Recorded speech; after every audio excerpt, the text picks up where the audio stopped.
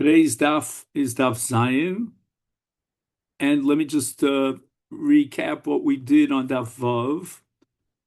We said that Rebbe overturned the original Isur of Tevel in Beit Sha'an,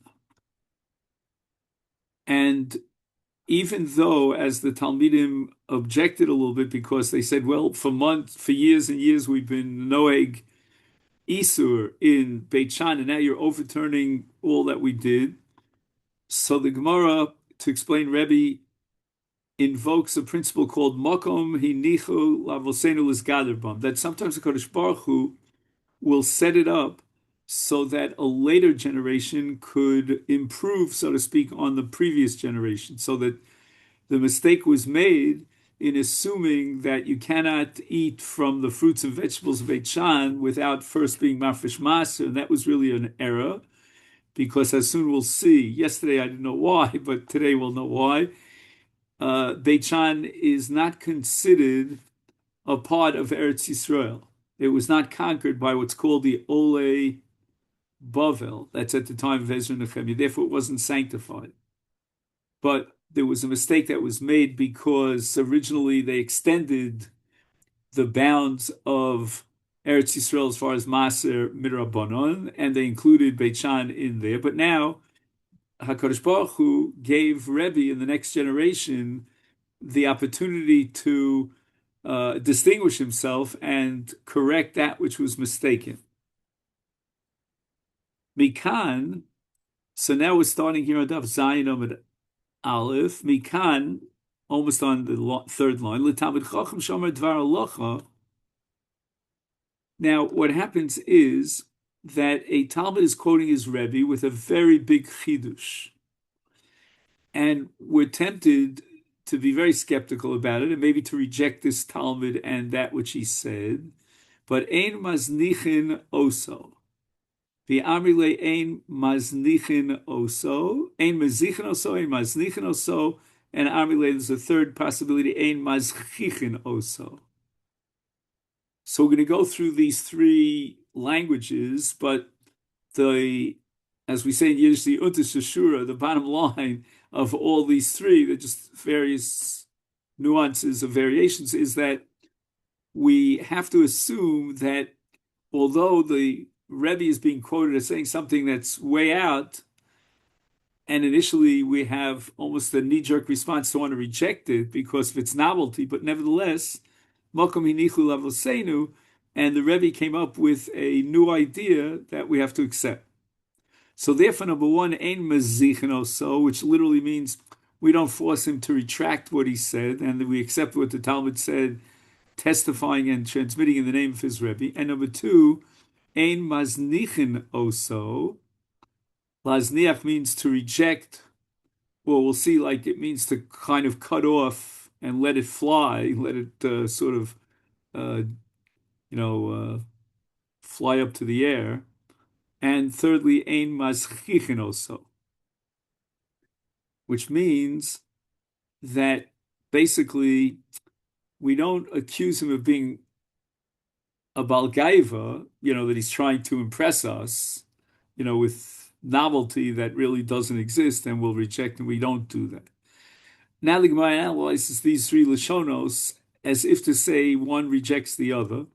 Man diomer mazichin, according to the first formulation, that we don't make him retract his statement to Kirichsiv, that's based on a pasuk in Shmos, Perikaf Ches, with regard to the Choshen, that's the breastplate on the chest of the Kohen Gadol, and the Torah says, Lo Yizach HaChoshen, that the Choshen always has to remain in its place. And it's the last two words in the pasuk called Me'al HaEphod. So the ephod is sort of like the vest that the Kohen Gadol wore, and the Choshen was attached to the vest, and the Torah says you're not allowed to separate, which in the Hebrew word is yaziach. So it means to separate is to take the statements of this of this Talmud and, so to speak, separate, as we said before, to take his words and let them fly, to like disconnect them. And ein mazlichin also means we don't do that, and therefore the words of the Talmud stand, and we don't force him to retract them. Uman diyom ein maznichin, where did he come up with that language of maznichin? That's from a pasuk. Dichsiv, and this pasuk is in in Eicha. It says, "Ki lo yiznach li olam ado Shem." Right, the Lord does not reject us forever and ever. Right, this is a basic theological argument against Christianity, because the Christian theology says that God rejected us. And the pasuk here is saying that despite all the tragedies and the Churban and the anti, but God never rejected us. So that gives us a language of Yiznach. And even in modern Hebrew, you should know they use the word lahazniach to sort of not pay attention to something, but rather reject it. Uman diom, and the third language was mazchichin, which we said was a language of being haughty.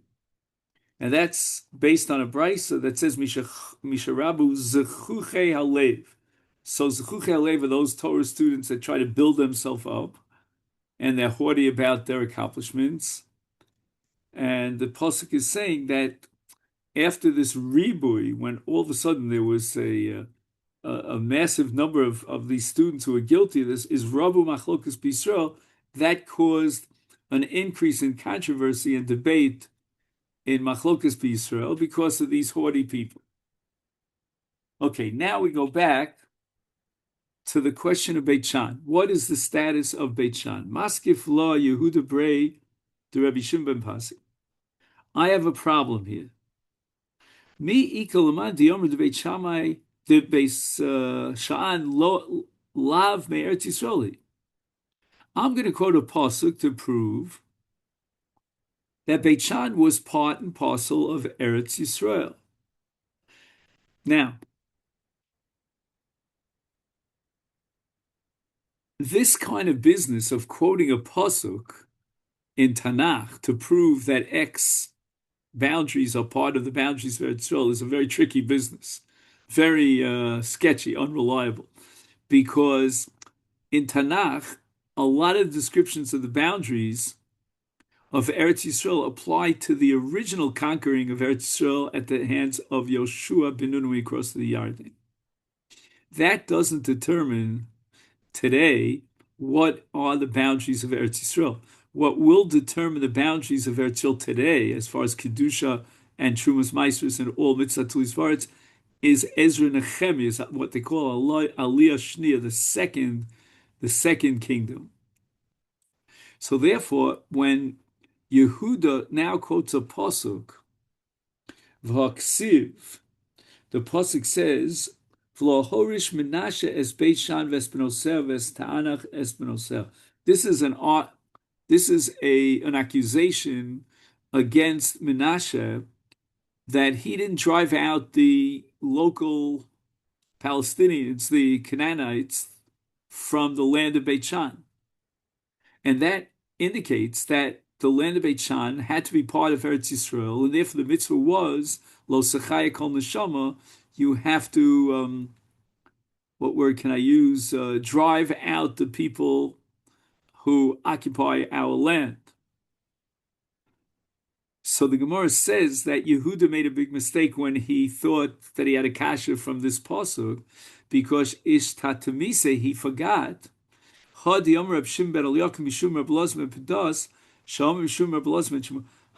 krachim kavshum ole Mitzrayim.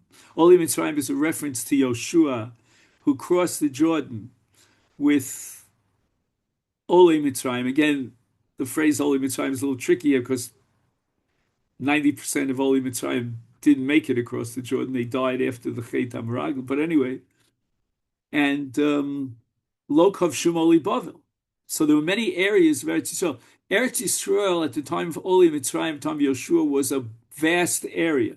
It was very much retracted, or not retracted, contracted, right? It was It was much smaller at the time of Ezra and Nehemiah when they came up from Bavel. Because Savar, and now you have to understand that Kedusha Rishona Kitchel Shaita Velo Kitchel Asalofo. The original Kiddush is Batel. So that which was sanctified by Yoshua at the conquering of Eretz Yisrael of Ole Mitzrayim during Aliyah Rishona, that is Batel. The Rambam explains that the reason why it's Batel is because it was a Kiddush al Yidei Kibush. And once we were driven out of the land of Israel at the time of the Bavliim, then we lost that Kiddusha. It was gone.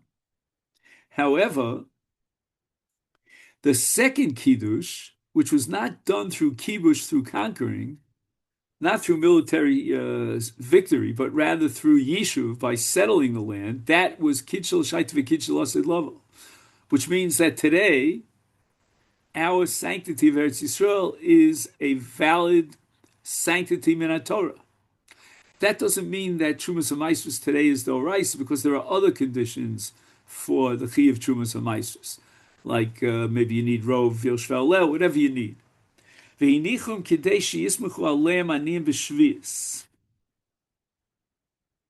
Now, what's happening here is that when Ezra and Nehemiah reinstituted a Kiddush, the second Kiddush, which was Kitchel Shaita v'Kitchel Asid Lava, which would be eternal, they left out certain parts, and they said that these parts we have to leave for the Aniyim and Shvius, meaning if we would expand the boundaries too far, maybe midrabanan, and sanctify that land, then the Aniyim and Shvius will not have anything to eat, because during Shvius there's no working of the land.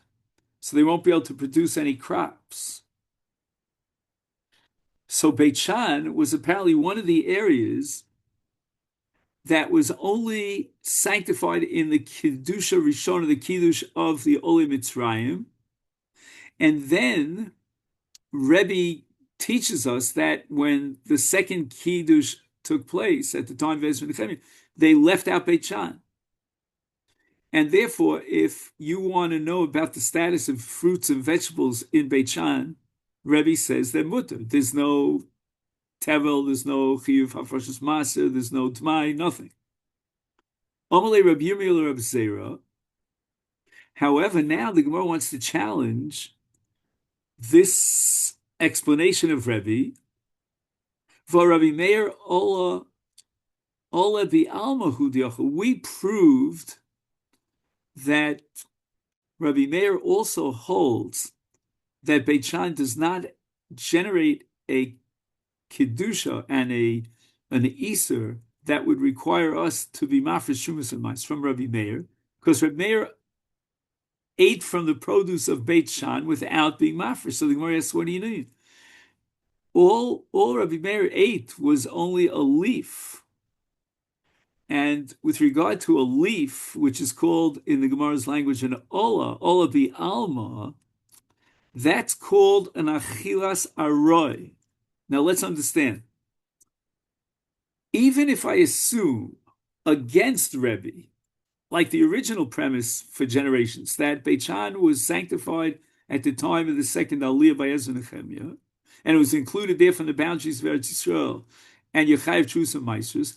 But even with regard to Eretz Yisrael proper, Trumas and Maisros only generates an Isur of Tevel, which is called an Achilas Keva, but not an Achilas Aroi.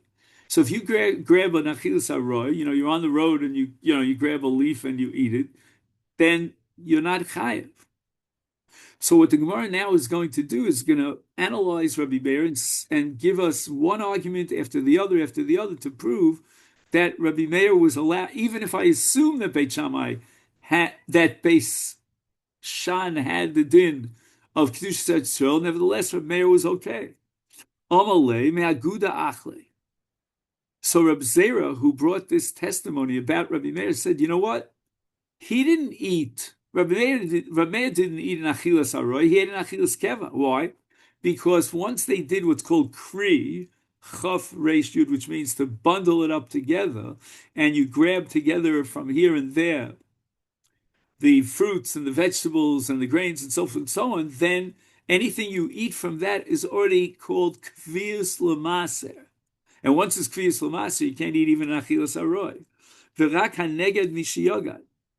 So we're talking about vegetables that are put into bundles before they send them out to the market, and that's considered as if the ktsira and the harvesting was complete, and it generates an iser of achila, even with regard to a snack, even with regard to an achilas aroy. So Gemara says, I'll ask you a different question about your proof from Rabbi Meir.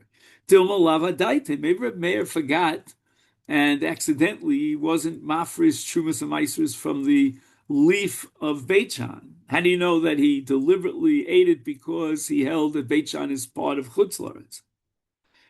So the Gemara answers, again, this is a principle that we've seen and we're going to see over and over again. The Almighty would never allow in His divine providence a situation where the tzaddikim would do something that would be an achila asura. And here, if indeed Beit Shammai had, I'm sorry, I apologize, I keep saying Beit Shammai, that's because I'm trying to get a lot out of my mouth at the same time. Beit Sha'an. Even if we assume that Beit Sha'an,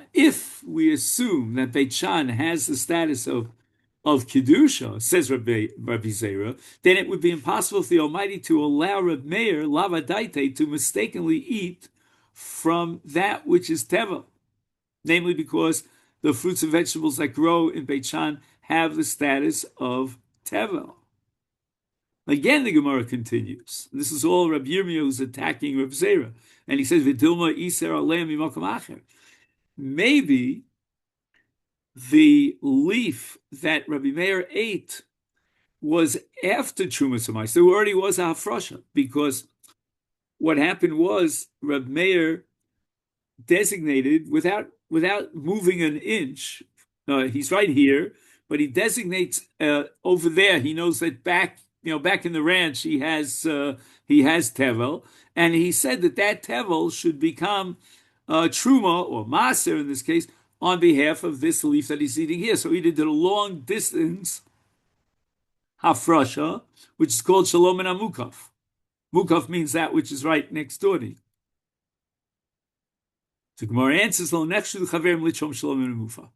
Chazal did not allow you to do such a thing, a remote control long distance hafrasha, because how do the people over there back in the ranch know that is maser?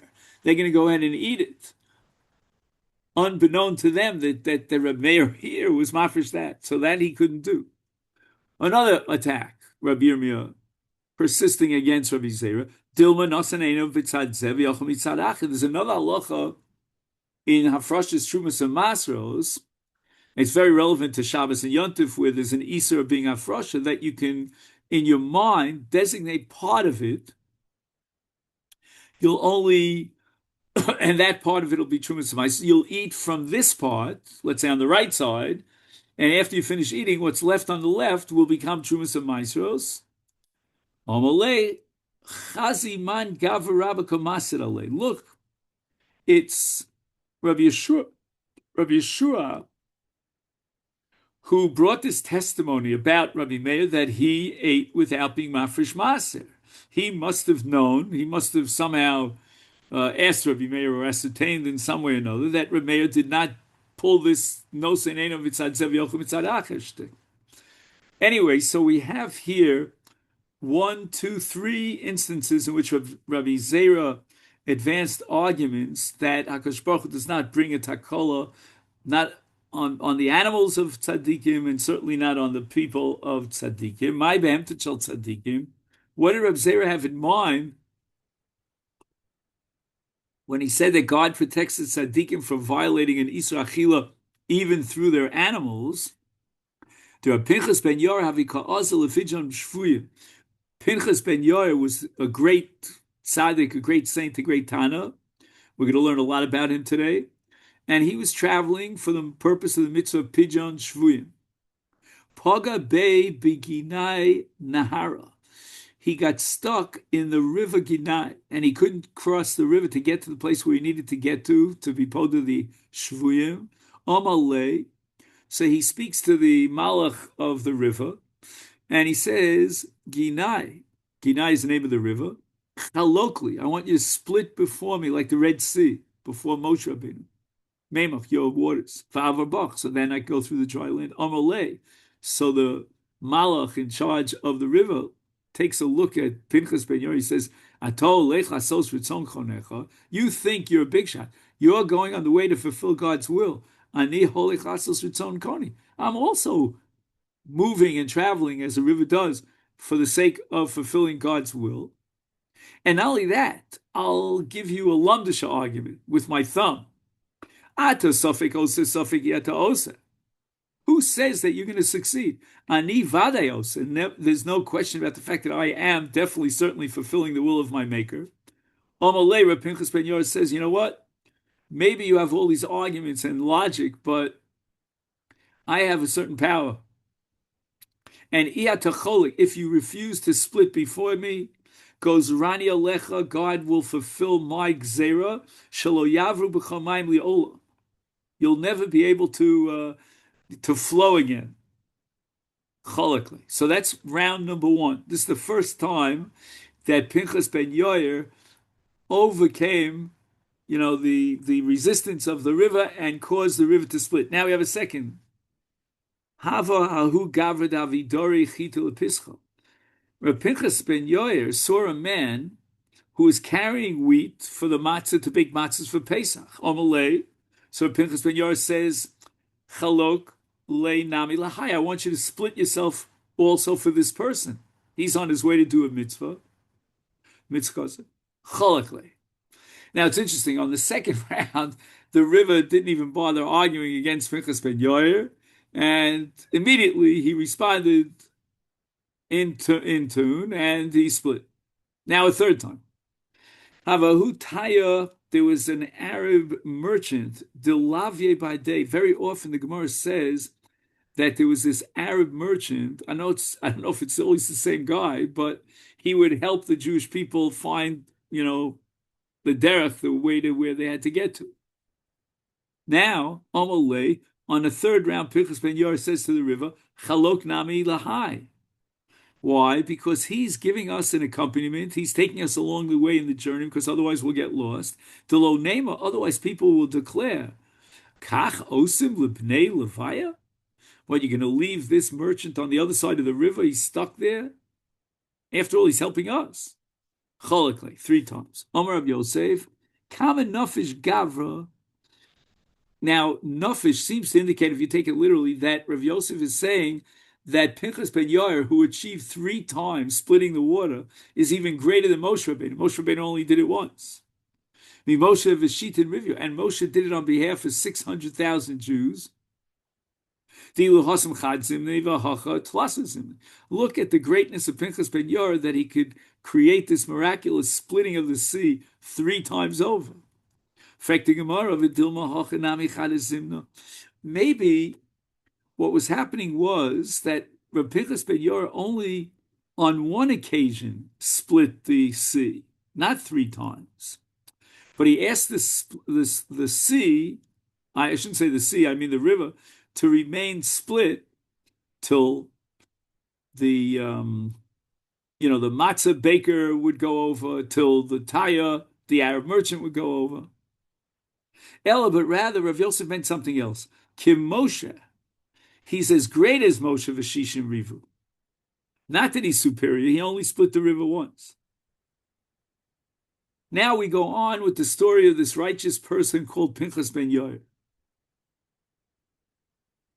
And of course, you know that one of the most famous works of Musar, which is called the Mesilat Yesharim of Rav Moshe Chaim Luzzatto, is built around Pinchas ben Yair. He was the one who taught us all the stages until you reach from stage number 1 to Ruach HaKodesh. Anyway, Ikla Lahu Shpiza. Now you have to understand that Pinchas ben Yair, amongst his great pious attributes, is someone who doesn't want to benefit from anyone else in this world. The Gemara is going to tell us he didn't even want to benefit from his own father. And he learned shchita so that he could feed himself. Anyway, Romu le sari lechamre.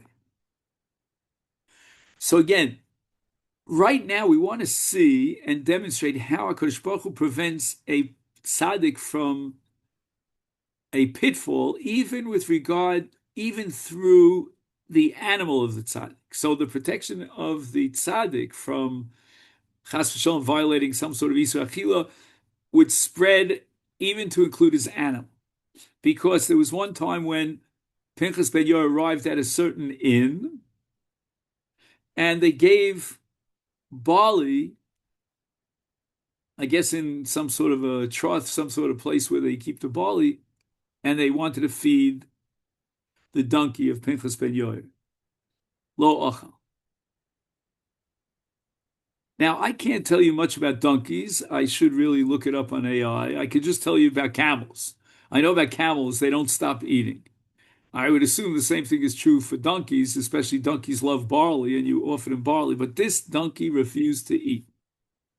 And the question is why? Maybe the barley wasn't good quality. So let's see what happens.